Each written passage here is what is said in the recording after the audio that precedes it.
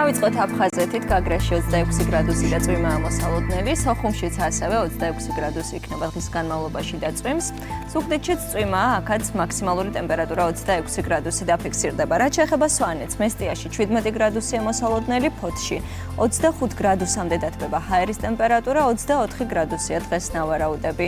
ზღვისპირა ბათუმში, ოზურგეთში 26 გრადუსია და წვიმს. ქუთაისში 28 გრადუსამდე დათბება ჰაერი, აქაც ნალექია მოსალოდნელი, ისევე როგორც ამბროლაურში.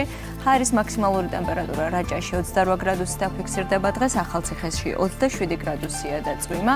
ბორჯომშიც წვიმს, 24 გრადუსამდე დათბება დღეს აქ ჰაერი.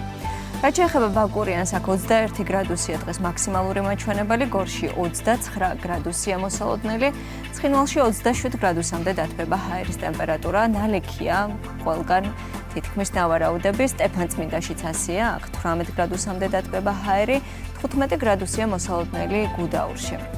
თელავში მზე გამოანათებს, უმეტესად მზიანი იქნება დღე და 29 გრადუსი, მზეა რუსთავშიც და 33 გრადუსია მოსალოდნელი, ჩვენს დედაქალაქში თბილისში კი 31 გრადუსამდე დათბება დღის განმავლობაში ჰაერი და უმეტესად მზიანი იქნება დღე. ესეც ხედი სატელევიზიო ანძიდან.